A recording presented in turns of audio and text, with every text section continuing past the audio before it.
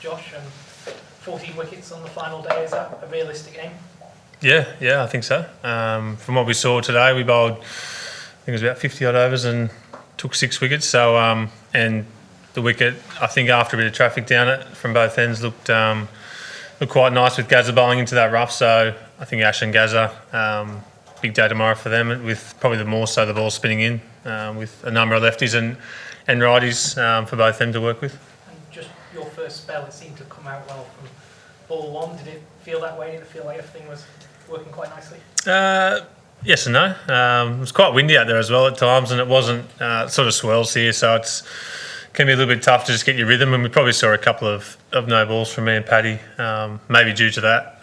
But yeah, it felt decent all day. I think your first hit out back, you probably start blowing a bit quicker than normal, just with a bit more excitement, and it's just different in the game to the net. So it's probably good to get that day out of the way, and then zero in tomorrow.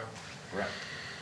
Just on that, just not really test return, played 3 tests ago, but just with the body, did it feel really good? It's different when you're out there than in the nets. In that first spell, in that first over, where you really troubled the anchor and all that.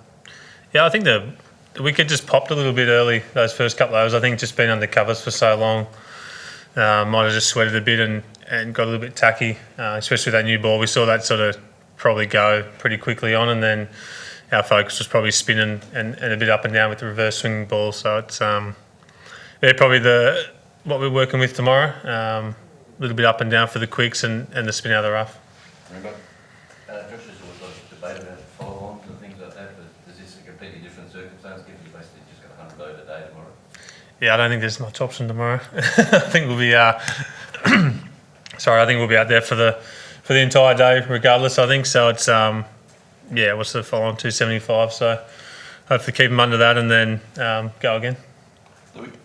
Josh, the ball Pat bowled to get Zondo out today from around the wicket. Did he ask you about a particular ball you might have bowled to Hayden Williamson a few years ago before he bowled it? Or? Yeah, I think it's a bit of a setup you can have there. You set the field for the bouncer and come around the wicket and bowl a reverse swing, or sort of try and straighten it down the line, Yorker. So he sort of mentioned it, and I said go for it, and he nailed it. So it was a good plan, and it came off.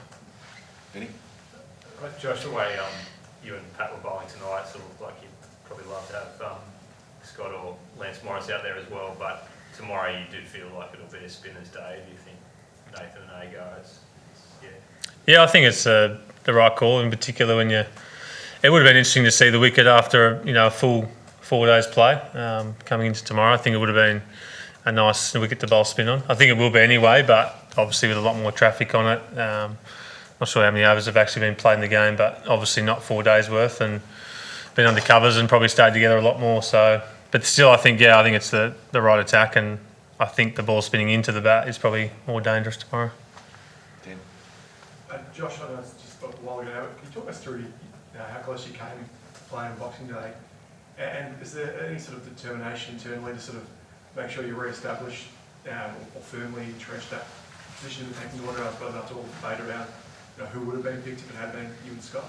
Yeah, I think I was very close. I felt that if probably the way the game went, I would have got through. I think it was around that 30 over mark, early 30s. You think, I can get through that, and then if it pushes out and you've got to bowl 40, 45 plus, then you sort of start to flag and you're letting down the other bowlers as well, and they've got to cover your overs as well. So you're really putting extra pressure that's not really required when you've got 3 fit quicks there. So I sort of got very close, and it was a bit of a shame to miss out, but another week under the belt at training and feel better for it. Josh, how was the discussion around the declaration this morning? Was it always going to be, you think, bowling first today no matter what, or did the team hope that you might get some overs in batting, get Aussie's double century this morning first? No, I think we definitely would have batted if we had the full day's play, for sure. Probably batted, would have tried to get maybe another 60, 70 runs maybe, just to push that follow-on out. If you have to bat again, if they make the follow-on, you have to bat again, it just takes time out of the game. So you're better off scoring it there quickly, for 7 or 8 overs, and then go out and bowl. So that was sort of the plan from ball one, and then obviously we didn't get on there till after lunch, so we had to go straight out there. Was he sweet with that call when it appeared that you guys were going to have a trundle? Yeah, he was fine. I think all the batters would be fine with a call like that. We're obviously running out of overs as it is, and it was sort of being talked about already of timings and new balls and how many we can get a look at. So yeah, he was fine. It's just, I was going to ask about the Steve Smith catch, your view on it, and what was the chat around that with Steve as well out there? Steve was a little bit unsure. I think just the way he dived forward, he wasn't too sure, but I had a pretty good look. I thought it was definitely out, and I think probably most people out there did as well. Josh, just on that catch, kind of similar to the -1, I guess, in the first innings, in the case of what goes around comes around with those sorts of calls. Yeah, I thought they were both out, to be honest. I think the fielder, well, probably not in Steve's case as much because he was a bit sort of blinded by his own, how athletic he is to get to that catch. But, yeah, I think Simon caught his as well. So, I don't know what you do with that. Whether I think you should probably take the soft call completely out of it. Obviously, the two umpires aren't sure on the field, and I think if they should just go straight to the third umpire with we're uncertain, you make the call. So they're sort of biased by that decision by on field, and then they can't really find a lot to overturn it. Josh, just wondering, obviously we've done the 2 quicks, does the fact that it's the last day of the series, there's no test for them up, does workload sort of not become as much of an issue as it normally would for you and Pat, and maybe you do get through more overs tomorrow than, I don't know if there's a test 4 or 5 days away?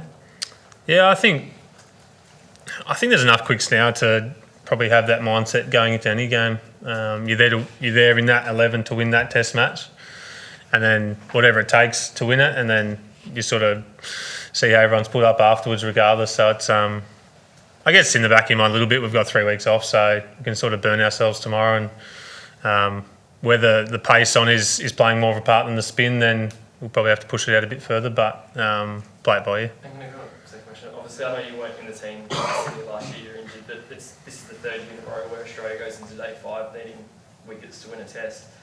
Do you feel like this wicket, even though there's been less, I don't know, I was speaking a bit about the wicket, there's actually potentially more opportunities than the previous 2 years against India, that you played 2 years ago, and then England where you weren't playing? Yeah, I think so. I think if we were going out, needing 7 or 8, 9 wickets, we'd be pretty confident. 14's obviously a lot different. And again, it's only had, probably 2.5, 3 days of play on it.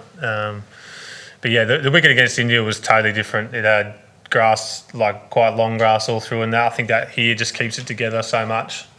So I really liked the way this wicket was presented at the start, and it would have been interesting to see how it would have went with full test match on.